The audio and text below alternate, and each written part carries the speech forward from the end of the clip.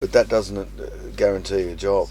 That probably wasn't just because I sang Elvis songs. I think that was just because I sang all the time. There's a handful of record companies now, so there's none of that competition.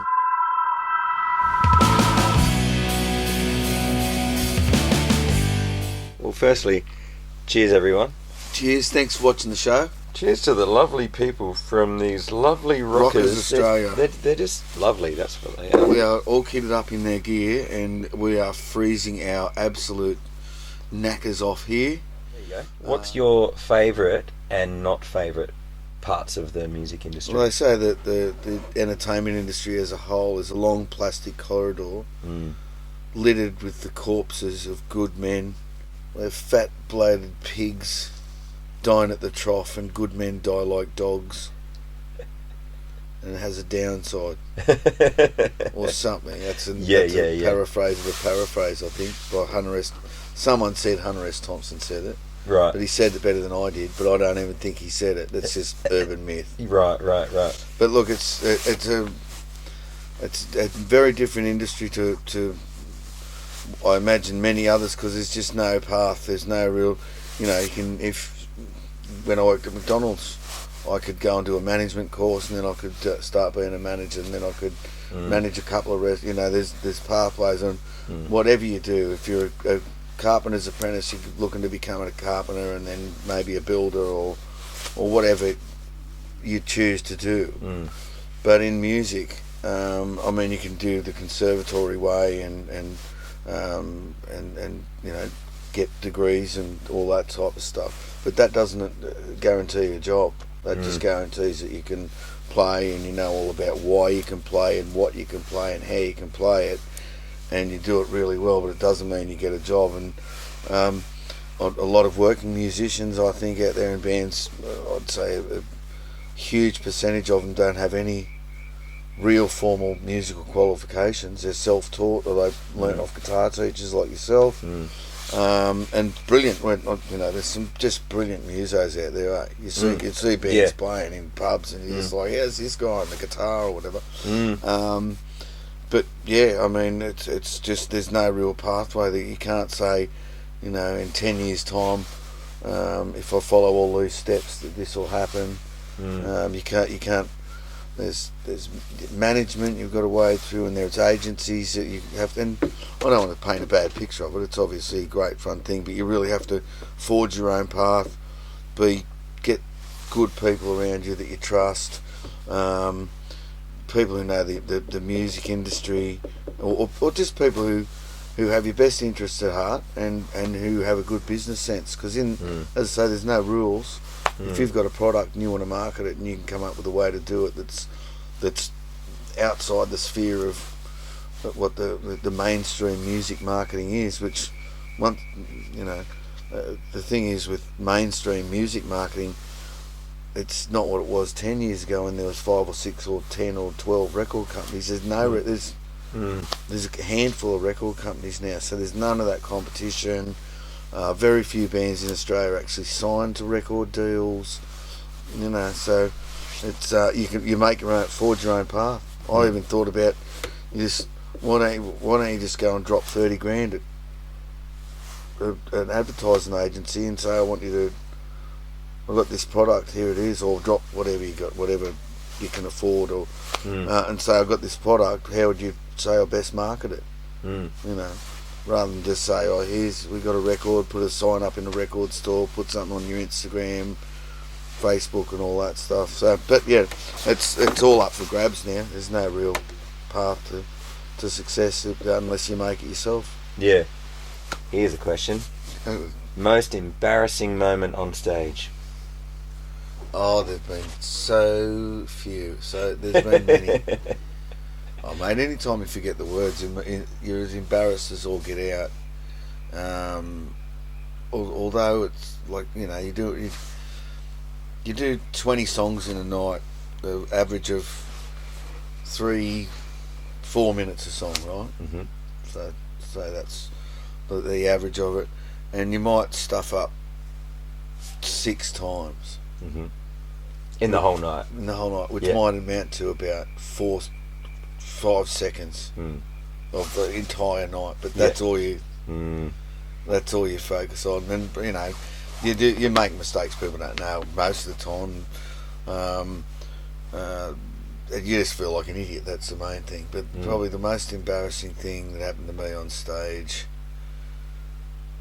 was kind of we were playing in the Annandale Hotel in Sydney, and it was in the heyday. Like it was when we're not in, like we weren't top of the pops or anything like that, but we were playing all the time, and you'd have like Monday night off to wash your clothes, and no one washed their clothes. Everyone just went out on Monday night and started again on Tuesday night. And Right.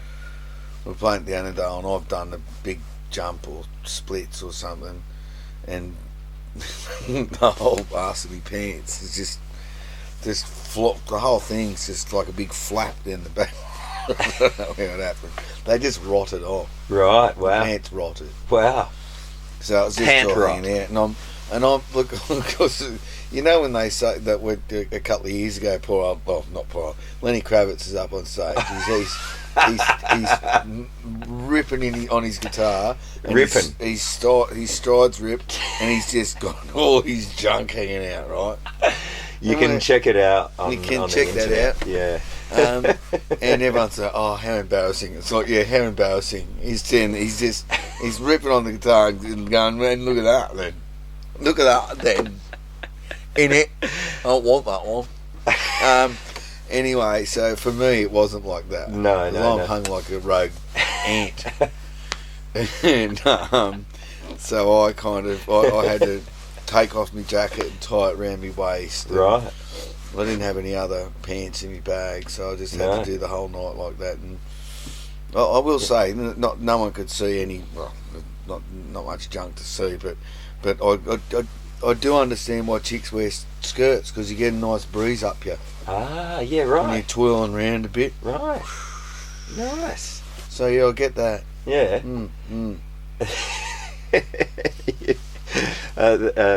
Just that Lenny Kravitz thing. That's Poor bugger. Yeah. Oh, poor thing. All the poor chicks.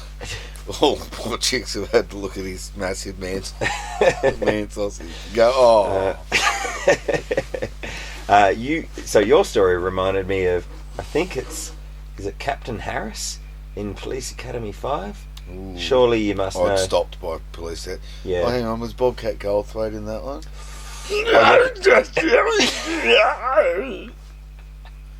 Wow, he's right here. I used to love him. Yeah. I think he'd stopped just by then. So so you touched on how you forget the words every so often, and it's that's that thing. But what I've noticed that when I'm on stage with you, that if you've made a blunder, I kind of know that you've made a blunder, but it's almost as if you've made it into something better. Yes, well, that's it. The change a word, get a third. That's the old songwriting thing, and I think it was Miles Davis who said if you play the same song the same way with the same notes every night, you're dead. So I take that. I'll say, well, I'll just give it a bit of a moved it a bit over here, innit? It's just the way that's my creative process. I remember that there was one time. I started the song with the Angels. Yeah. Total wrong song, and I just started singing the lyrics. It was, and that was 6 or 7 months ago. Yeah, right. So maybe I'm getting dementia in it.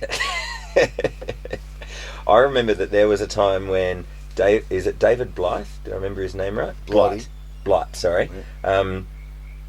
Was trying to get backstage. I'd played trumpet with the Screaming Jets doing Helping Hand at the Gov, and he was there to play some harmonica, and the door was locked to backstage, so he couldn't get through, and you've given him this big huge announcement that he was going to come up on stage, and then wait, he's not there. Does anyone know where he is? You know, it was, and I just remember thinking as a punter that I kind of knew what was going on, thinking, oh no, like this is a real problem, and if somebody else was up there performing, they would say, oh my god, like this this is a real problem, but you didn't give any indication that it was a problem whatsoever. And then what he ended up doing was just walking through the punters and then coming up through the front, and you just said, "Oh my God, this guy's so rock and roll," and you made the whole crowd sing, "I love rock and roll,"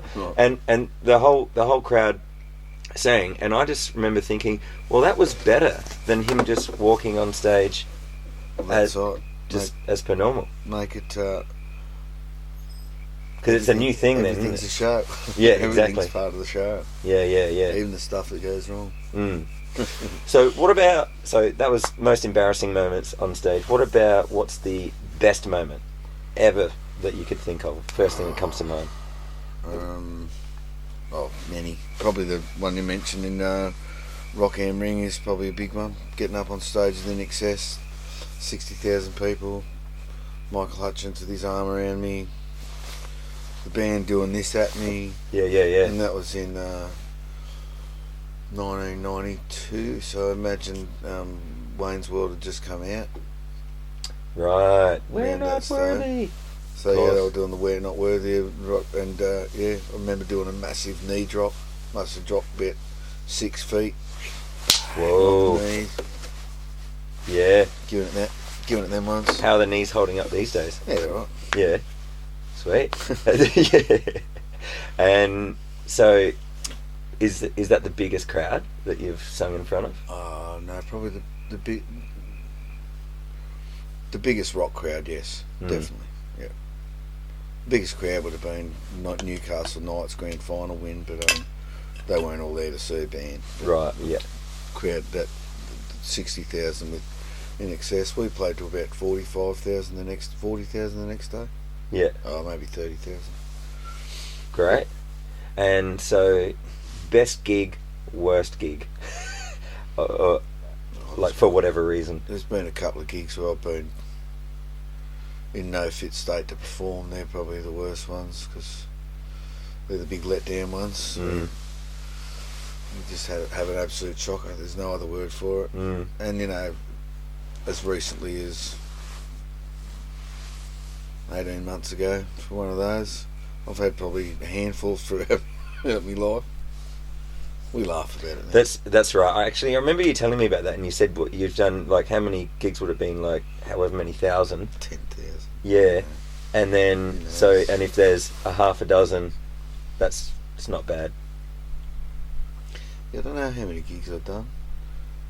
If you average it out, 300 gigs. Probably. I'm so used to there being people commenting with the live stream. I'd be like, quick, any mathematicians? But wait, this is being recorded. I mean, and the thing is, like, there's gigs, and then there's performances on radio stations and on television and on,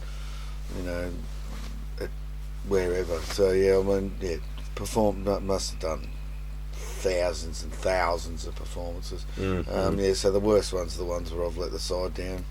Most of them, even, as long as I'm in good shape, I don't, they're all just gigs. Scotty King says, no matter what the gig, that's another one they can't take away from us. And there it is, done.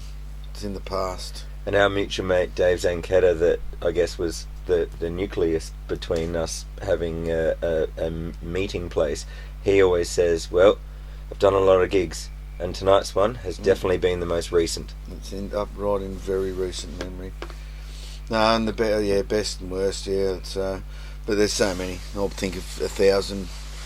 Well, I'll think of heaps later on. Go, I should have said that one or that one, but yeah. Anyway. Yeah, all good. So, all right. Well, I'll ask one more thing. So, what was the either song or album or singer the thing that just made you go, music, like in your most earliest time that you can think of, just falling in love with music for the first time? It'd have to be Elvis. I reckon. Yeah. I loved Elvis from a young age. I reckon it was the same for me. Used to impersonate him. Any examples? No. I used to impersonate him as a 12-year-old. Now yeah. I can still do 12. Frank Spencer. Yeah. But, no, I used to do Elvis impersonator. There was a bloke, Scott Wallace, used to call me Elvis. Yeah. And that was, I guess that probably wasn't just because I sang Elvis songs. I think that was just because I sang all the time. Sing another song, Elvis. Yeah. Also, you had that lip. Oh. Well, Dave, this has been fun. It has been fun. Yeah, I can't I'm believe talking that. about myself. My favourite thing. So, we should do it more? Nah, it's getting pretty cold. I do hope people do get something out of me banging on, but I'm not going to be one of those people that say, if I can help just one person, my whole life has been worth it. I mean, we're all in this together, but obviously we're all trying to make our way and trying to have a crack and do the best we can. So that's all my story. I guess has got to offer is that just have a crack, go hard. Sometimes you're going to stuff up, other times you're going to win. It all evens out in the end. But you may as well have a crack. You might as well have a red hot crack. And I don't mean after a dodgy Vindaloo. Yet, Do I look like some type of strange little ergotide in this thing? Or what? If I knew what an ergotide was, I'd say maybe. I feel like I look like an Oompa Loompa or something like that. Oh, no. I see. Well, yeah, it is pretty cold. I reckon we'll have to say fare thee well, everyone. Thanks for watching. Sayonara. We'll see you in another crazy encore really soon, and I will see you in more Crafty Music Tips videos. Thank you very much, Dave. See you when the blood dries up.